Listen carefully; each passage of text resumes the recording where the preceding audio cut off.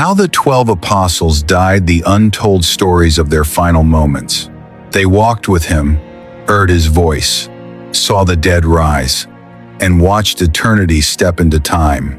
But one by one, they disappeared, not into silence, but into suffering, into prisons, into fire, into crosses, into death. And yet, none of them turned back. If this revelation stirs something within you, like this video, share it with someone who needs to see it, and subscribe to the Bible Project for more cinematic Bible stories that uncover the mysteries of Scripture.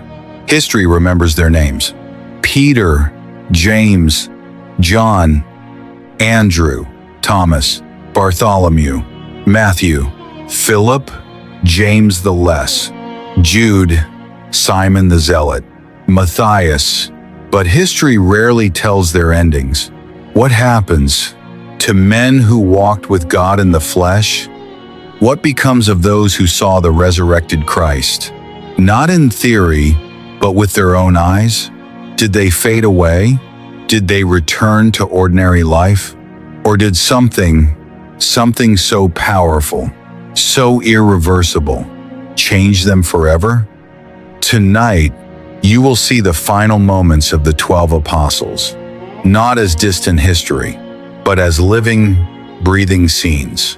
Moments filled with fear, with fire, with faith that refused to break. And by the end, you will understand this: why men who could have escaped death chose not to. The shadow of the cross. Jerusalem trembled. The memory of the cross had not faded. The same streets that echoed with "Crucify him" now whispered with something else. His followers were still alive, and they were not silent. They spoke boldly. "We cannot but speak the things which we have seen and heard." Acts 4:20. This was not a movement that would disappear. It was growing, and Rome did not tolerate growth it could not control. James, the first to fall, the sword flashed, cold, precise, unforgiving. James, the brother of John, stood before power. No escape, no negotiation, only a decision: to deny or to remain. He remained. Herod killed James, the brother of John, with the sword. Acts 12:2. The first apostle to fall, not by accident, but as a warning. The message was clear: this is what happens to those who follow him.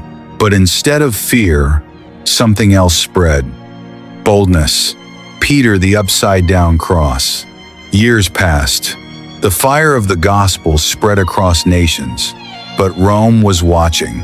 And then came Nero, a ruler whose cruelty turned the city into a furnace. Christians were hunted, captured, executed. Peter, the one who once denied Jesus, now stood in chains. But this time, he would not turn back. Tradition tells us, when they came to crucify him, he made a request, not out of fear, but out of reverence. He said he was not worthy to die like his Lord. So they turned the cross upside down, and as his life faded, the man who once trembled before a servant girl died unshaken. Andrew, the cross that lasted days. Andrew did not die quickly. His cross was different, an X-shaped structure where death came slowly. Pain stretched across hours, then days. But instead of silence, he spoke to crowds, to strangers, to those who watched him suffer. He preached from the place of execution until his voice finally faded into eternity. Thomas, the spear in the east, he once doubted, needed to see, needed to touch. But after that moment, he became unstoppable. Thomas carried the message far, beyond familiar lands, into the east, into India, where the gospel met resistance.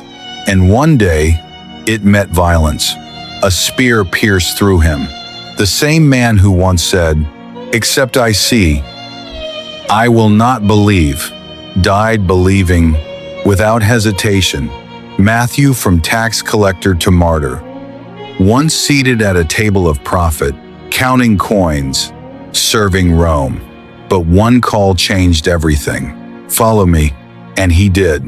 Matthew left wealth for truth, and truth led him to death.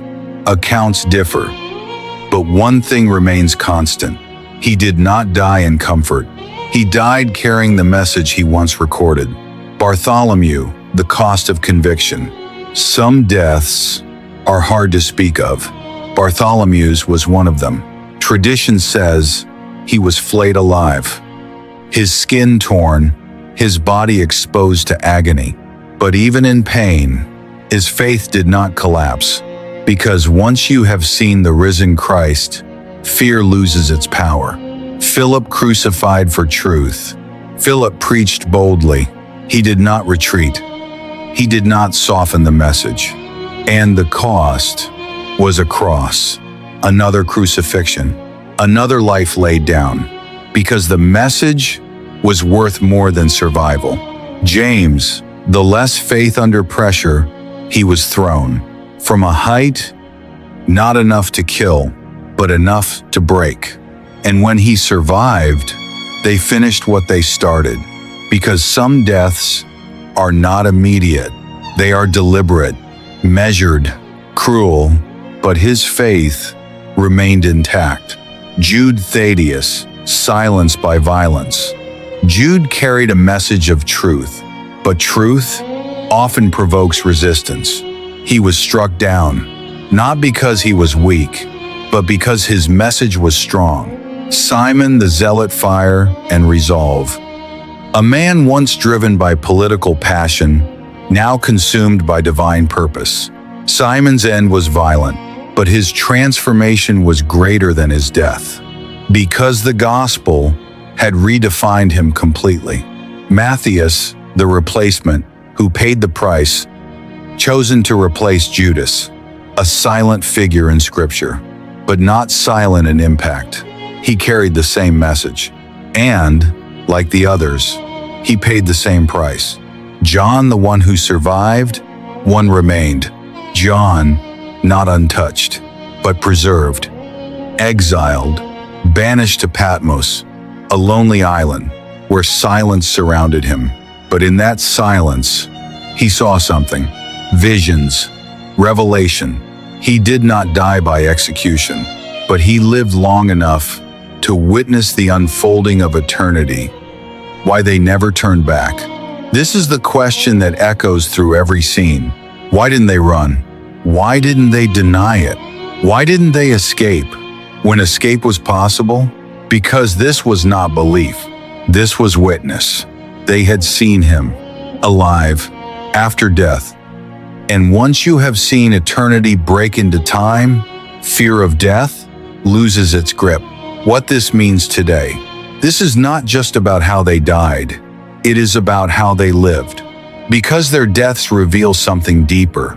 There are truths worth everything. And the question now shifts from them to you. What do you believe? When it costs you something? The story of the apostles is not a story of tragedy. It is a story of unshakable conviction. And if this has opened your eyes, subscribe to the Bible Project for more cinematic Bible stories that reveal the depth, the mystery, and the power of Scripture. Because some stories are not just meant to be heard, they are meant to change you.